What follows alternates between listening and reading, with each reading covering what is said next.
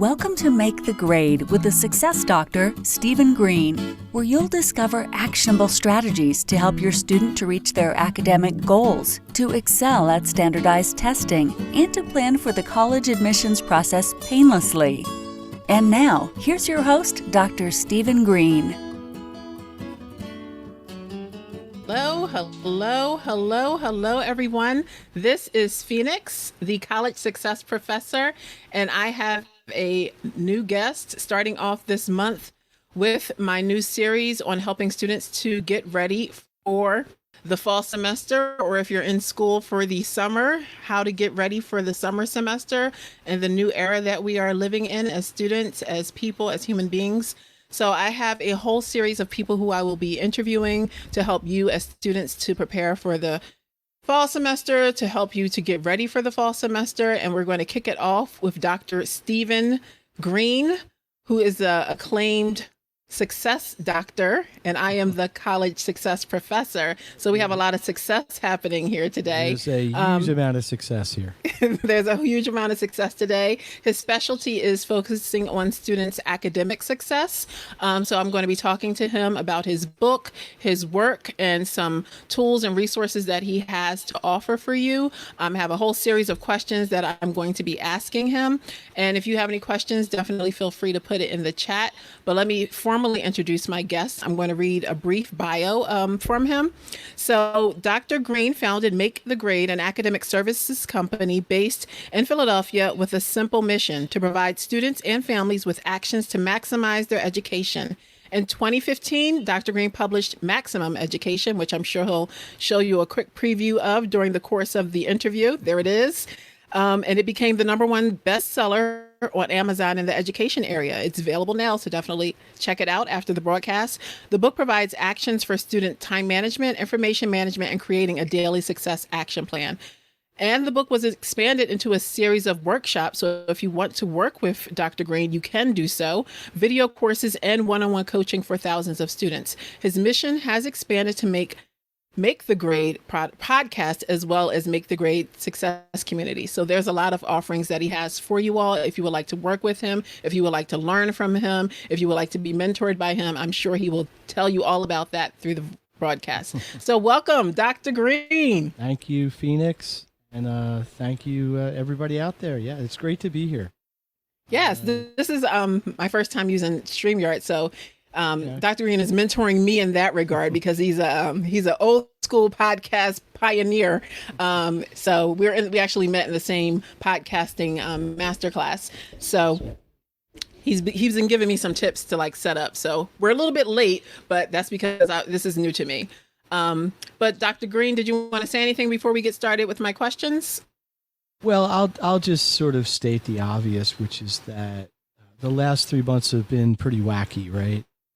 I mean, in school, out of school. I mean, the last couple of weeks have been crazy. You don't know what's up or down anymore. But when it comes to school, and I'll probably use this word many times in the next half hour or however long we're going to talk, the one word it always comes back to, 2 words, are consistency and structure. So, for your guests and for the listeners, if you asked me to just sum it up, I could probably just not talk anymore. You need to get a really good, consistent structure. That's the easiest way to ensure any sort of academic success in a prolonged amount of time. So, we got to deal with whatever else is going on around us, how the education is being delivered, control what you can control. But in the end, that's a big foundational piece of what I try to show people and teach people. So that's really where it all sort of begins. Fantastic. So one of the first questions that I ask my guest is the process that the story of how they transition from high school to college. No, that's for students. The process of how they transition, the process of how they transition from college to their career. Okay. So I do have your bio. I know that you've been in education for pretty much your whole career, but could you tell the story of how you came to know that education was your path in life and, your journey to being an entrepreneur? I was raised in a house where both my parents were in education. Mother was a first grade teacher. My father was a college professor. And it just seemed like that's what everybody did. You know, both your parents are basically in the same field. I just assumed everybody's parents were teachers. They aren't, but and we used to, you know, eat dinner, and then my mom would grade papers, and my father would do stuff, and it's just sort of the culture I had growing up. And I think coupling that with there's this born desire to work with people.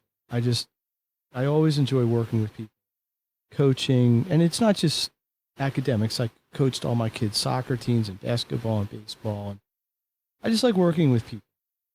So I went to college to get a degree in education, and I double majored education in math. I was going to go teach right away, and I got an opportunity through my advisor in college he had just gotten an appointment at Rutgers in graduate school. He had the ability to bring some assistants with him, some graduate assistants. So I walked away from a potential teaching job and went to graduate school instead. And I figured that'd be a couple of years. I'll get a master's, be a nice jump on my career. Turned into about 6 years. Ended up with a doctorate, which I don't regret any of this. Got a lot more different experience. Ended up getting a lot more into curriculum development and sort of the philosophy of education than probably your average teacher might have. And my last position at Rutgers was working in a program where we identified high school age students who had they were going to graduate from high school, but they had something that really wasn't going to make them completely ready for college. Academically, socially, it went across the board. So we created a program to transition those students, which I oversaw with another person. And that's really what ultimately got me into tutoring. And when that program got lifted, thank you, Governor of Jersey at the time, then I said, you know what, I'm just going to do this on my own. That was almost 25 years ago, which is kind of incredible. But that's really how it happened. So I went from sort of wanting to be a teacher to kind of wanting to be a college professor to wanting to be kind of a mentor. I did teach for 12 years, 10 in public, 2 in a really nice private school. And that's really how it happened. I think the bottom line is that the reason anybody goes into teaching is because you want to help people. Mm-hmm. You know this, Phenix. Yep. To see somebody who has any sort of struggle, and then weeks later, months later, they're almost like a different person. You know, and that I've been doing this so long, but I've never lost the excitement I get from seeing that kind of development in a person, in a student. Doesn't matter what age they are, but that's the long version of the story. But I wouldn't change it. I didn't plan it this way. Right. I'm glad it happened this way. So yeah, and working and advising, things never go. And working with many students over the years, I'm sure you know too, things rarely go according to plan. I think the fact that you were in education is good because, you know, many students start off with one major or one idea of what they want to do after they graduate. And when they are our age, the path is so far different than, you know, where they thought they would be. But we're still in education. When I started, I wasn't quite sure. I was undecided when I started college. And I don't know if I knew at that point that I would be in education and where I am now. So I was completely, you know, directionless. So at least you had, you know, a path, and you're still along that same path. Well, I'll say this. Here's sort of a different perspective, and I probably isn't really what you want to talk about for a length today, but I kind of stayed sort of the same. Right. Everything changed around me. Right. A lot more. I mean, the curriculum levels, I mean, anybody remember cooperative learning? Probably not, because it was a fad for 6 years and then it went away. And, you know, ITEP, all these things that kind of come in and out of education, stay around long enough, it all cycles back eventually. But yeah, look, it is. You don't have to know exactly where you're going to end up when you start. You just have to keep going, and you got to stay committed to your goal. That's excellent. Really nothing to do with education. It's to do with everything. Mm-hmm. You know, for an 18-year-old going into college, 20-year-old, that's the key. You're going to get your setbacks. Everybody does. You got to focus on the prize at the end. Couldn't have said it better. And that is definitely related to what we are talking about. Oh, yeah. Guidance and advice. And our years and years of experience and knowledge from working with students and being, human beings, what you learn, I think your point was that everything around you changed, but that's going to happen no matter where you are. So learning to adapt, you starting your own business and transitioning to be an entrepreneur is a good example of adapting to, the world changing. And if nothing else, the world is definitely changing as we speak. So having that ability to adapt and grow and, adapt to those changes and move along the path is important. So let me get into my first question, which is, your specialty with regard to academics and time management and organization with regard to being a student. Because, we're going through these transitions here, both in the real world and also in the college world. We had to do a lot of transitioning last semester from face-to-face learning for the most part to online learning. So many schools are deciding, many schools have decided, some are going to be online, some are going to be face-to-face, or so they hope. So do you have any advice or information on any of your areas of specialty to help what students can do now to start preparing for that transition to their careers in college or their academic lives in college? Of course. I have a lot of ideas. I would say, with the way I approach things, I compartmentalize them into, number one, how you manage your time. And sometimes that's an adventure for college kids because they typically have come from a greater structure in high school to more freedom in college, especially if they live on campus. So you got to know how to manage your time. You can't sleep till 2 o'clock or party all night, sleep till 2 o'clock, and then whatever. Number two is you have to manage the information. Depending on what course load you have, the complexity of your classes, so on and so on, you may have a lot of information that you have to manage. So, and then the third piece is you just got to get it done every single day. Do not want to go through college constantly behind. Unlike high school, where you have a quiz every week or tests every other week, college, I had a class in college, the entire grade was one final at the end. And what's common is, maybe a midterm and a final or a paper and a final. So you end up having a much greater proportion of your assessment in much less number of things. So, but anyway, manage your time, manage your information, have a daily success action plan. And these are all like, I could drill down on all of these for a week. But broad stroke, that's what somebody wants to look at. The other side of it is structure. And the way I teach it, I've identified 5 structures you got to worry about. There's a physical structure. You got to kind of know, you got to have a room to study in that's quiet. Time structure. You got to know when to do it. There's an academic structure. There's an accountability structure. And then the last one is I call the support structure. Because everybody's going to need help at some point. Maybe small, maybe large. And you want to know where those support systems are before you need them. You don't want to be seeking out 11 o'clock at night before an exam. How can I get help with this particular subject? So between the information, time management, and daily action, and all the structures, put them together, you got a really solid system. So could you say that again? I was taking notes, actually, with the 5 structures. Good, that's good. Okay, so the 5 structures. So I might even put it in the chat. Good, yeah, write it down. It's beautiful. Physical. I have physical. Time, academic, accountability, and support. And I always do them in that order. Don't ask me to do them in a different order. Should they be actually done in that order, or just as long as they're all covered? But it kind of makes sense because, listen, you could have everything else in place, but if you don't have anywhere to study that's quiet and not conducive, you're not going to get anything done, right?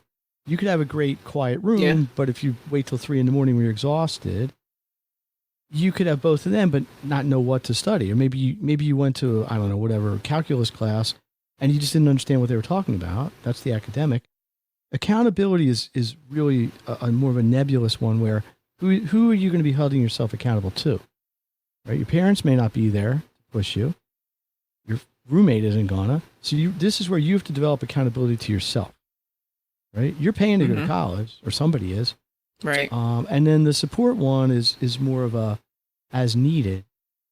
But yeah, these are, I've talked about these things for years.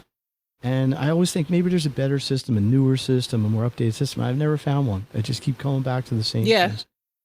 And if I think about this, some are more important in individual cases than others. You know, sometimes the time is because look, a lot of kids go to college and have to have jobs. You know, or they're on sports. You know, I've tutored, mentored a lot of kids who are on college sports. That's a big time commitment. But really, the message I'd like to convey is you got to know these things ahead of time. Try to establish the positive habits and patterns beforehand, like early. Like you don't want to wait till halfway through your junior year. Be good at this stuff. Yeah. You know? And it's easy to say, not necessarily easy to do. Right. If I think about the students who I had worked with this past spring semester, I think all of those areas were areas where they had either difficulty throughout the whole transition to online learning, or at some point just being able to, for example, one of my students, moving back home, she had all of her brothers and sisters were also at home. So there was she had to figure out exactly where she was going to do her work. Well, that's so she brought like a portable, right. Yeah, she had to bring like a portable desk where she kept everything, and she would transport it from room to room because different people had to use the different spaces in our house for different reasons. So definitely the structural piece was for sure. Well, I think the assumption is hopefully that the last 2.5 months are the aberration, not the norm, right? But the principles didn't change. It's like I was saying, everything changed around us, or me at least. We're still learning. The way people learn, how we got to do it, that didn't change March 14th, or at least in my case when everything shut down here. But the way we had to deal with it, right? So we had to create new structures. We had to do new time management, accountable in a different way. We had to get our academics different. So everything, it makes sense when you think about it. Yeah, it does. How it all blends together. I think another piece, this really doesn't have to education as much, but there's a maturity element as well, right? You send somebody off to college, they're going to exercise their freedom. There's nothing wrong with that. College is a place they're supposed to have fun as well, but you always got to bear in mind that your job is your education, right? And everything I try to teach, everything I pontificate about, is to help people to do that as easily and as successfully as possible. So, that's the goal. And like I said, I'm just so intrigued by your 5 steps. That's like, it's perfectly broken down, and that's probably because you have years of experience. Trying to find maybe you can do this better than me, or I'll make a contest. Anybody out there listening, if you can find a way to get those letters, a mnemonic, word, like I don't know, whatever. I can't think of a word. Yeah, we'll work on it. Definitely, if you can think of something. RGBIV, right? You know what RGBIV is? The colors of the rainbow, right? You get a word at A, whatever. There's 2 A's. There's an S. There's a C. It just doesn't make a good word. But I will give an autographed copy of my book. If I can come up with a good mnemonic device to get those 5 things. I've tried, I can't. Yeah, if you come up with the replay, if you check us on the replay, definitely we'll still, that offer will stand. Offer's on the table. I said it publicly.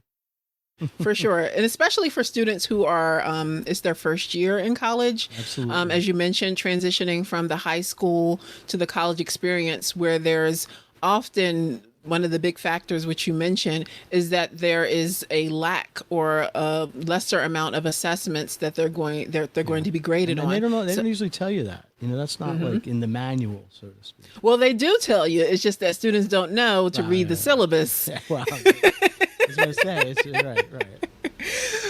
Yeah, so that's tip number 3, if we're on the tips today. One of the things that students need to do, new students who are going to college, is to read the syllabus for your class. Each of your classes, your instructor usually has a guide for how you're going to be graded, what each week is going to look like.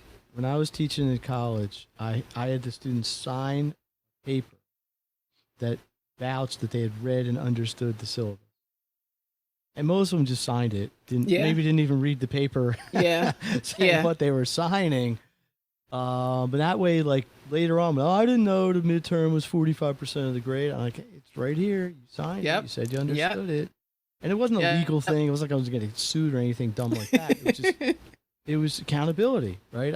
I wanted them to understand this is your stuff. You got to take responsibility.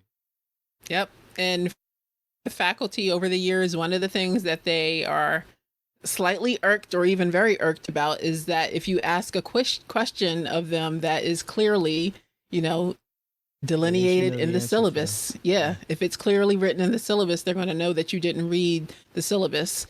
So first week of class, or even usually before classes begin at some institutions, especially if you're online, the syllabus for the course is posted in whatever learning management system that your school is using. So even over the summer, for those of you who have already registered for your fall semester, check out the syllabus for the class. It not only is important so you have an idea of what's going to happen in the class, it's an idea of, if this is something you want to take during this first semester, because usually most schools have an add drop period. So if you check out the syllabus and it scares you, or it's a lot of work and you think it's going to be overwhelming, then maybe you might want to, see if there's another class that you could take, especially during that first semester. What are your thoughts about the types of classes that students should take during their first semester in college?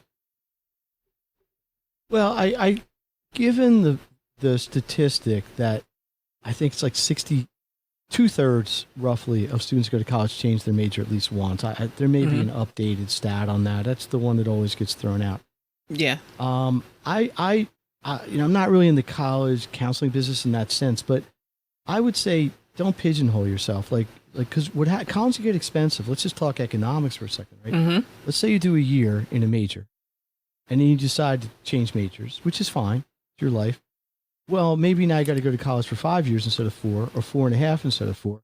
It might be a $20,000 difference in cost. Maybe less, maybe more, but it could be significant. So normally my stock advice is use your freshman year and take classes that you feel you're going to be able to handle. Maybe even take classes that are almost the same as high school. Like if you've had an advanced, like calculus in high school, maybe take calculus in college. It'll pad your GPA a little bit, but more importantly, it'll give you a chance without nearly the same amount of stress to get comfortable with the normal of the college lifestyle. I mean, you probably got to take at least 1 or 2 classes in some major, and then the rest is usually gen ed or general studies, whatever they call it in that particular university. But I don't think there's anything wrong with that.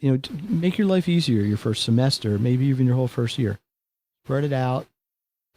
Give yourself time to establish good habits and try some things. Maybe there's a major you never even thought about, but don't do a major because it sounds good. I mean, that's probably not. I mean, that's not a reason to do it. Yeah. Yeah, your point is actually true. A lot of the reasons that students, and your statistics are also true, that students who have difficulty figuring out what their major is or change majors often are often spending that extra money because they haven't, secured all the credits that they need for whatever major they finally decide on. So changing your major can be definitely costly. So if you're going into school like I did, and you're not really sure what you want to major in, you might want to start using the time this summer to start exploring exactly, maybe take a class this summer. Summer 2 is still an option for students. Take some classes and don't just be willy-nilly about, I'll just figure it out while I'm in school, because that's going to cost you some extra money. Classes or even volunteer. If you think you like animals, I don't know, volunteer at the zoo. If you think you like accounting, maybe try to get an internship in a bookkeeping office or an accounting office, because the real life in a job is not the same as it sounds in some fairy tale-ish, just thinking about it kind of thing. Same with teaching, by the way. Yeah, the theory and practice. Everybody loves me. Students are all listening, not how it is. Not where I taught anyway.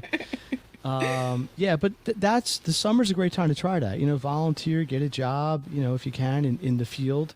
Plus, it's a good resume builder, right? It's always good to have experience. No excuse for that, or no substitute for that. Right, for sure. So I'm gonna get back to my list of questions because I did veer off. I warned you I might do that. It's okay. This is about spontaneity. Yeah.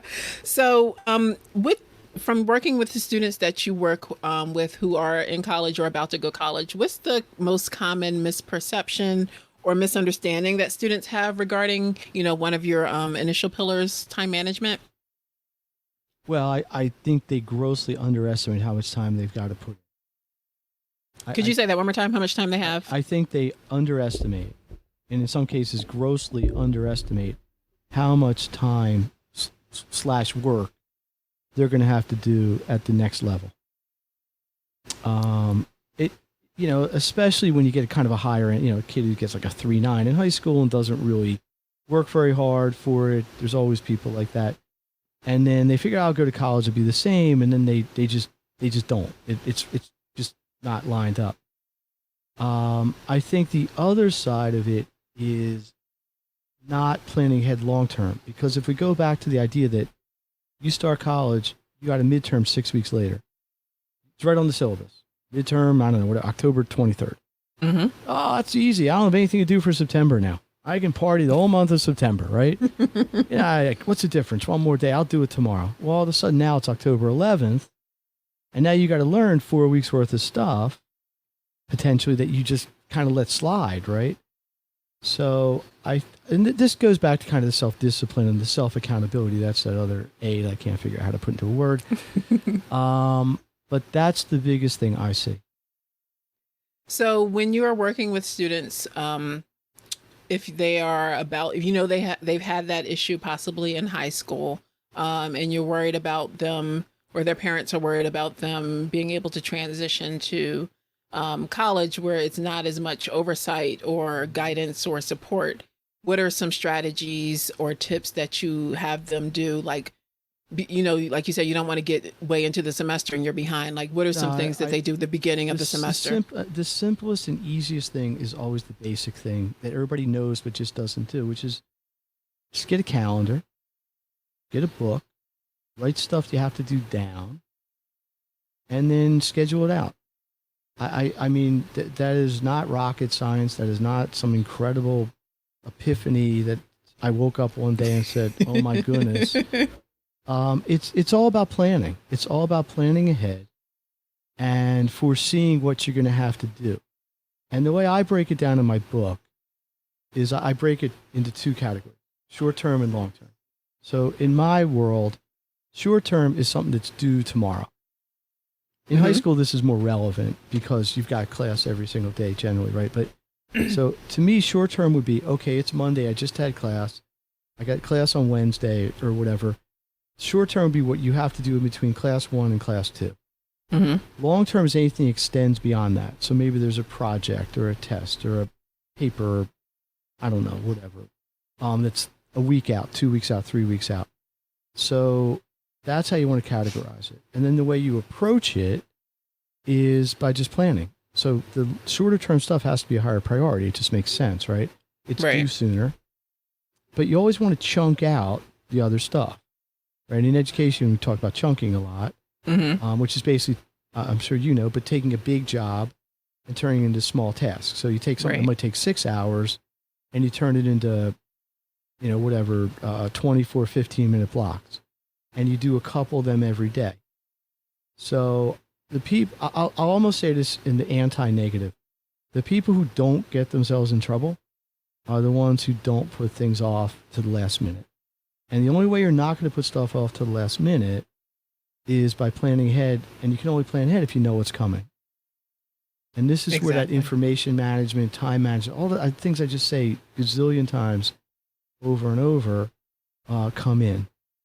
But to answer your question, where do people get in trouble is when they don't anticipate or they underestimate the amount of work they have to do, the amount of time it's going to take them to do it. I'm going to ask you. I see that a lot. Yeah. Yeah. I'm going to ask you a personal piece of advice because I know all this and I have an 11-year-old in sixth grade who I've been homeschooling. Pray for me. I don't know why he is just so, they gave them planners at the school. The 9-year-old, he'll do it. He'll write everything that he has to do down in a planner. The 11-year-old is just so, that's the first step that starts off everything you just explained. I don't know why he is so adverse to writing down what he is supposed to do. Any guidance, any tips, any advice for me to help me? Uh, well, the caveat here is I am not going to tell anybody how to parent. I'm his homeschool teacher. Okay, there you go. But speaking homeschool teacher to homeschool teacher, listen, there's a lot of ways to accomplish this. Some kids can get away with it without writing it down. I mean, let's be fair, right? It's not like if you don't write your work down, you'll never get it done. So the negotiation I would have is say, listen, okay, you don't want to write it down. What is your system? You tell me what your system is, because you have to have a system. Okay. Well, it's up to you, Mom. They're probably going to say, I know what it is. But that's, I didn't talk about it yet today, and we may not get into it, but I am very big on a student taking ownership or responsibility or self-accountability. Because we're really, college is going to train you to do whatever you're going to do, right? But really, it's a proving ground for the rest of your life. Mm-hmm. Theoretically, you're out of college, so 22, 23 at the latest. You have 30, 40 years, maybe more. You're going to be running a business or in the workforce or professional, whatever you're going to end up doing. And it's even more important there. You know, you want to get fired from a job because you didn't do something your boss asked you to do, or your supervisor, or, you know, if you're a doctor and you forget to, do something and you get. So there's the repercussions are different. But my advice to you would be, put it in his court. All right, listen, I will know take it. This, a really famous author told me this is a good way to do it. But I get it. You don't want to do it that way. That's okay. You know, you're your own person. But what I'll is play your him this system? recording. Right. You can just play this for him. But what is your system? You got a better idea? Let's hear it. All right, I will try and then it. Whatever it is, you got to do it every day, because it's still about consistency. Right, and a system, having a system. Right. But I think common sense will tell you. I don't care if you're 11 or 9 or 100. If you don't know what you have to do, you're not going to get it done. Exactly. Exactly. Let me know how that works out. Yeah, I will. So that brings me to my next question, because I know you do also work with parents in your work. So when you are working with parents of, the college age students, and perhaps the student didn't have a great semester, or, in a worst case, they were on a scholarship and, they got a bad GPA and the scholarship is in danger of being lost. What advice or guidance do you give to parents in those situations? Well, what are you going to take to correct it, right? You need to define how you're going to get back to what your desired state is.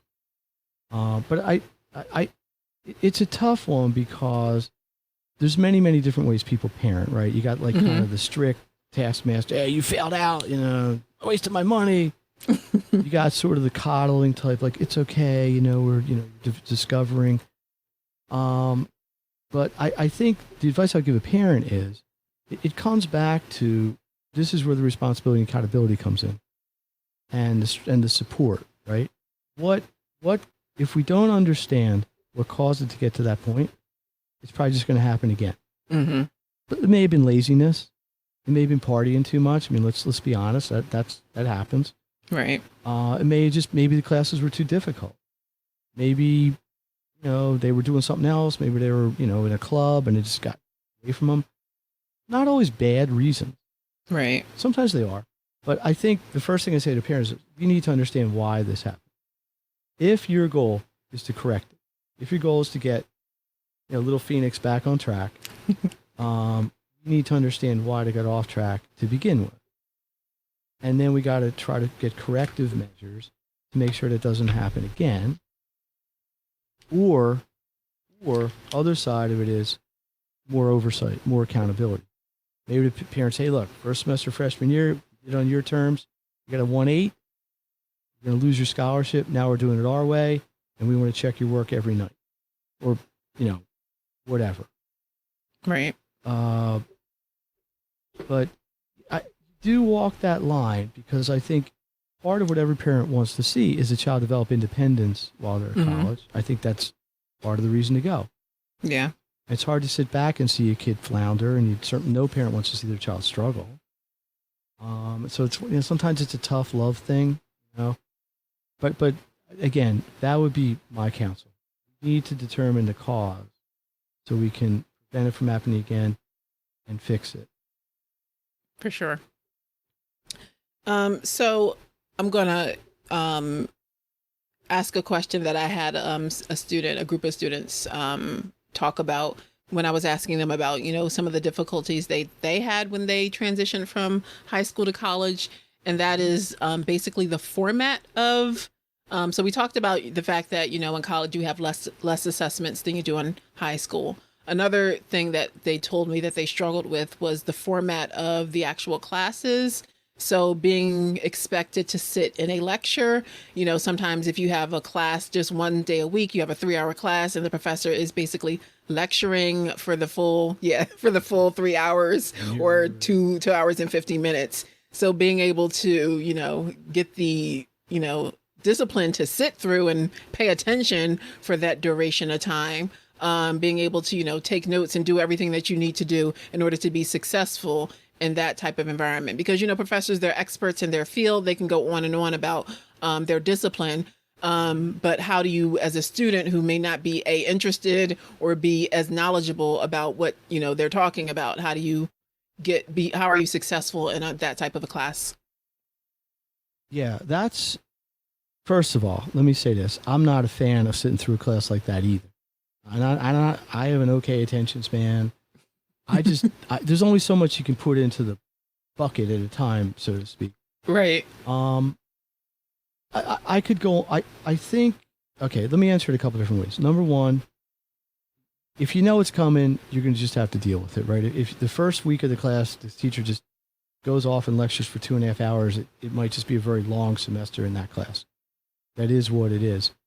But that doesn't change the fact that you have to deal with it. So there's an acceptance of just the reality. I think what you also need to do is prepare, right? One of the ways that you can maximize, or at least maximize the potential of succeeding in college or high school, really, is to be prepared coming into the class. So if the teacher says, okay, next week we're going to talk about the archaeology of the Aztecs, read this chapter of the book, and you don't read the chapter of the book, the lecture is a lot less meaningful, whether you find it interesting or not. So some of this is on the student. You got to take care of. You have to take care of. I think just from a physical standpoint, just sitting 2.5 hours listening to somebody is not easy. Right. But I think the workaround is get a good way to take notes. Try to cull what's important, and really, I think the best advice is what I just said a few minutes ago, which is come into class prepared. Right. I had a teacher like that too. In fact, I won't mention the name of the professor. I had a professor in grad school, and I got our roster with the classes on it. I was out a couple of days before, and I showed it to one of my friends. He goes, "Oh, you have Jones." Wasn't his name, but I'm like, "Yeah, whatever." He goes, "Oh, that guy's horrible." And you know how we know?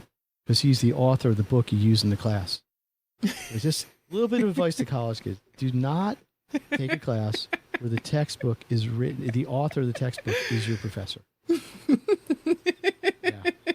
It's kind of cool, like to write a college book. I never did, but my book gets used a lot of places, but not in universities. But yeah, so I had this class, and the professor had written the book, and all he really did was almost literally read out of the book. It was excruciatingly boring. I guess I learned something. I couldn't really tell you one thing I learned in that class now. It was 30-something years ago, but yeah. So it's just a little sidebar. You may not know that coming in. But, I think the only other thing I would say is this. And I think my theme is consistent. Everything kind of links together somehow. There's this sort of chain of events, right? if you're in a certain major and you have to take a certain class, theoretically, it's either a building block class, an intermediate class, or an advanced class. And if it's a building block class, there might be stuff in there you may not think is important right then, but it may be next year or your junior year or your senior year when a more advanced class is going to really drill down on it. Almost, not like a, almost like a, like a 400 level. I'm not sure, schools got different coding systems anymore. But so something that might seem irrelevant or unnecessary or just is just not resonating with you at all, October your freshman year, may become more important later on. I don't want to say will, right? Because I don't know, but it's just a little different perspective. For sure. Great advice. So one follow-up question to that answer. You mentioned being able to take good notes. Do you are you an advocate of various noting systems like the Cornell notes, or do you have your own way that you tell I love students? the Cornell system. How best? If anybody doesn't know what that is, we can describe it. Yeah, I mean, I could see some. I teach in this book 7 different ways to take notes, and one of them is Cornell. And for those of you who don't know, it sounds like you're familiar with it. But Cornell would be the night before class, in some way, shape, or form, make an outline of what you expect to be in the class. Then the next day during the lecture, you would more supplement those notes. So you're not furiously writing, as opposed to just pretty much transcribing almost what the professor or lecturer is saying. It goes back to preparation, right? It goes back to being prepared for what's going on. I think it's hard just from a neurological standpoint to simultaneously listen and write, because you're always, it's off, right? You're writing what you heard 5-10 seconds ago. Not that many people, not everybody can write really quickly, or at least not with legibly. Right. So it's like you're listening now, but you're writing what you heard 3 seconds ago. You're trying to keep up, and teacher, so it's hard. So anything you can do to shortcut it or lock it out, and that's, I'm trying to find one real fast in here. This is actually my working copy of the book. But like, I'll give you an example. If I can show you. Like, this is an outline. I don't know if this is going to work. But this is your basic outline, right? Mm-hmm. Kind of indented. It's probably not coming across real well to our audience. And then this is just a different model. Exact same information, but in sort of radio. Here's something similar, what we call a spoken wheel. You can also do a concept map, something like that. These are all the exact same information as this, just, much more visual. Not here today to talk about what kind of learner you are, visual, kinesthetic, auditory, etc. But most people are visual learners, right? So if you can make your notes visual, and pictures, diagrams, squares, arrows are much more visual than just prose text. I do a workshop, if I can plug it, where I actually teach people multiple ways to take notes live. What I do like a pre-canned lecture, about 5 minutes, and I do it online now, although it's a little harder to manage online. But and then, okay, we're going to do this one old school. We're going to do this by indentation method. We'll say, okay, I'm going to read you the exact same lecture, but now I want you to do it by concept map. The third time, we're going to do that one circle and the spoke. And then I say, look, you don't know when you're going to use which. It's like a toolbox. Sometimes you got to use the Phillips head screwdriver, sometimes the one. So the more techniques you have, the more tools you have, then when the time comes, pick the one that's the most advantageous. But always keep in mind, why does anybody take notes? What's the purpose of taking notes, right? It's a semi-rhetorical question, because the answer, well, because that's what we had in class. The answer really is because you want to think about what was important in the class. I think you need to know carrying forward, right? So to just rewrite everything a teacher says isn't necessarily the best strategy. And it's not the easiest strategy.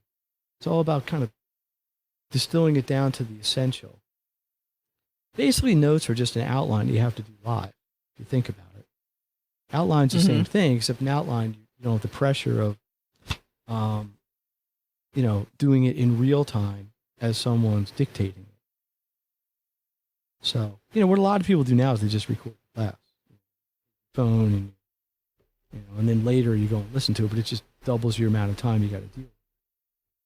But it's not a bad technique. For sure.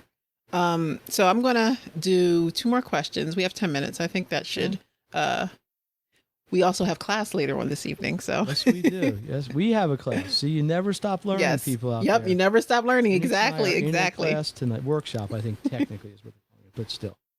Yes, you can you never the last week of class. Yeah, it is. We are graduating tonight. That is true. So my penultimate SAT word question is what does self-motivation and self-discipline pay the work that you do as student? Talked about to yourself, but what does, because you mentioned earlier habits. Sometimes I don't feel like reading a textbook. You just don't feel like going to class. In what ways do you help students with those two, self-discipline and self-motivation? Well, if you haven't picked it up already, I am really big on doing it because it's important to you, right? I can coach anybody, but I'm not living their life, right? I can try to motivate people. Ultimately, they have to decide that it's important enough to them. I see my role as I can give you 1,000,000 tools. I can give you 1,000,000 techniques. I can coach you. I can look over your shoulder. But the way I try to motivate is by the end result. Let's look 5 years out. Where do you want to be? You can't look a week ahead when you're in college. I mean, you need to, in terms of the minutia of getting everything done. But it's like, okay, I want to be an engineer. Great. Awesome. What's it going to take? It's going to take 4 whatever years of work. We know that going in, right? You want to be a teacher. You got to go to college 4 years. You want to be a doctor. It's like 10. I don't know, whatever. You want to be a lawyer. So you have to understand that when you walk into college freshman year, you have a decently long road ahead of you, right? But why are you doing it? You're doing it because you have a giant goal that may change, and it may drift and morph and whatever. But that's really, to me, that like the pot of gold at the end of the rainbow is what's your end game. So when you get off course, what's going to bring you back, right? And everybody slips up. I'm not going to tell you I did perfectly in college myself, grad school, because people get distracted, and some days you have different priorities. But I always had, and I honestly can say this, I always knew what my end game was. I always knew a year where I wanted to be, 2 years, 5 years, in terms of why I was doing the academic pieces. So my little kind of like locker room Newt Rockley speech to these kids is, listen, you're heading off to college. But it's not where you're going to do your first day or your second day. It's where you're going to end up after your last day. And essentially, going to college is learning what you need to learn academically, learning skills, networking, meeting people, getting connected. That's a piece of it too that we haven't, not really where we are going, but it's part of it, right? And when you come out, being employable or being a professional, right? Because someday you're going to go to a job interview, or you're going to start a business, you're going to try to get clients, and you got to present that you know what you're talking about.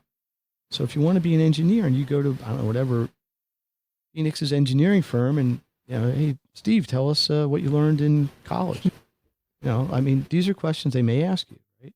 So it's all about the big goal. That's go, one for the Gipper kind of speech is, what's your big picture? Because if you get off course, that's okay.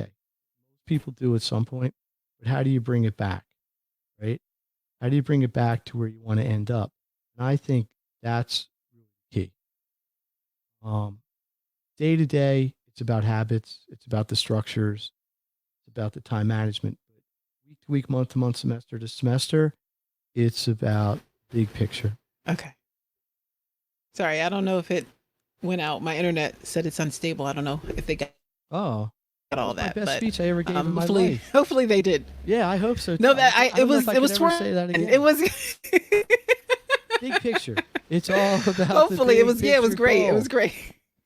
Yes. Sounded good on this end. Quick I hope recap. everybody out there liked it, but yeah. Yeah. Hopefully. So I do. Let's Before get my that internet last completely question goes quick, out. man. Yeah, I I'm know. not happy My with last our question is for you to. discussion. Yeah, plug away about all the products, all the Okay. services, all the ways that people Well, could first of all, if anybody work wants for to get a you hold with of me, you. which I listen, I would enjoy any kind of feedback. Makethegrade.net, www.makethergrad.net, right here. Everything I do is branded through makethegrade.net, except the name of the book, because I didn't want to call the book Grade, because I wanted something a little more sort of powerful that way. My email is sgreene, SGRENE, at, guess what? makethegrade.net. I am, for an old guy, all over social media. I'm trying. There you go. Thank you, Phenix. I do a live stream a couple times a week on educational topics and tips and things like that typically goes out into my social. I'll plug one thing, if you don't mind. And actually, I want to talk to you about this offline because I want to get you involved. In September, I'm going to do an online educational summit. And it's designed for two types of people. One is exactly what I'm trying to talk to you today. Students starting a school year as strongly as possible. I'm going to bring in a whole bunch of speakers on a whole bunch of topics that are going to help you to do that. And the second thing it's geared for is parents trying to support their students, their children, to do that. So I don't have a date for it yet. I'm playing around with late August, early September time frame. It won't be much earlier. But, more on that later. So I'll let you know because I want to invite you to speak at it. But, we'll share it with your audience when the time comes. Sounds and if you great. want my book, hey, look, they're available. And don't forget the giveaway for whoever can figure out a mnemonic that goes with it. That's right. With the five structures. The book actually has its own website, which is maximeducation.net. But you can also get. The only other thing I would plug, if somebody wants support, ongoing support, I have an online community. You can get to it on the website. It's a 24/7 support. It is there to help students and help parents. I got a lot of college kids in it. Sometimes they'll just join for 4 or 5 months while they have class. That's fine. It's month to month. So check that out. That was the last question? Yep, that was the last question. And we have 4 minutes to... That was like a statement. Yeah. I wanted to make sure we got it in within the hour. That's yeah. And I also wanted to do my little plug too. Yeah. I'm sure that is way too long, but this, like I said earlier when I kicked off, that this is you are the first in a host of people that I'm going to have on this month. Specialists, experts, students, faculty, speaking on topics of how students can prepare for the fall semester, because we don't know what's going to happen. You didn't expect that, you were going to transition from face-to-face classes to in-person classes, from in-person classes to online classes in the spring semester. So we don't know what's going to happen for as many students. You don't know even what the fall semester is going to look like. Colleges are still deciding whether they're going to be face-to-face or online. So I'm having a webinar on Thursday, June 18th at 6:00. It's called Countdown to College, the COVID Ready Edition. I will put actually that link in the chat in some way. Like I said, this is all new to me, the StreamYard wonderfulness. So I will put that in the chat, and I'll be promoting it all month. Next week, we have 2 students from various universities, local and not local. And we also have an expert talking about how to fully fund your education if you are still in high school and looking to apply for the next school year with all the changes with the SAT and the ACT. She'll be talking about that, and she'll be talking about college admission in general. So definitely stay tuned next week. I'd like to thank Dr. Greene again for being with me for this hour. I learned a lot. I took notes. Like I said, I was taking notes. I'm going to have to get the book Thank too. you.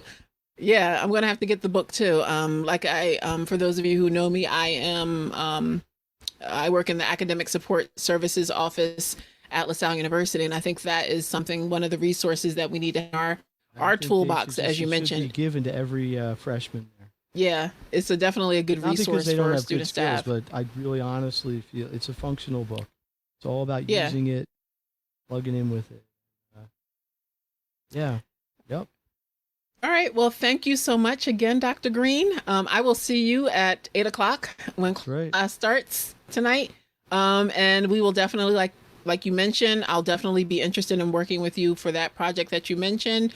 And again, thank you all for tuning in. Definitely check out the Countdown to College COVID Ready Edition. Definitely buy Dr. Greene's book. Check out his website, makethegrade.net. So we will see you next week, or if not sooner. Thank you. You've been listening to Make the Grade with the Success Doctor, Stephen Greene. If you enjoyed this episode, be sure to subscribe. For more resources and support, please visit makethegrade.net.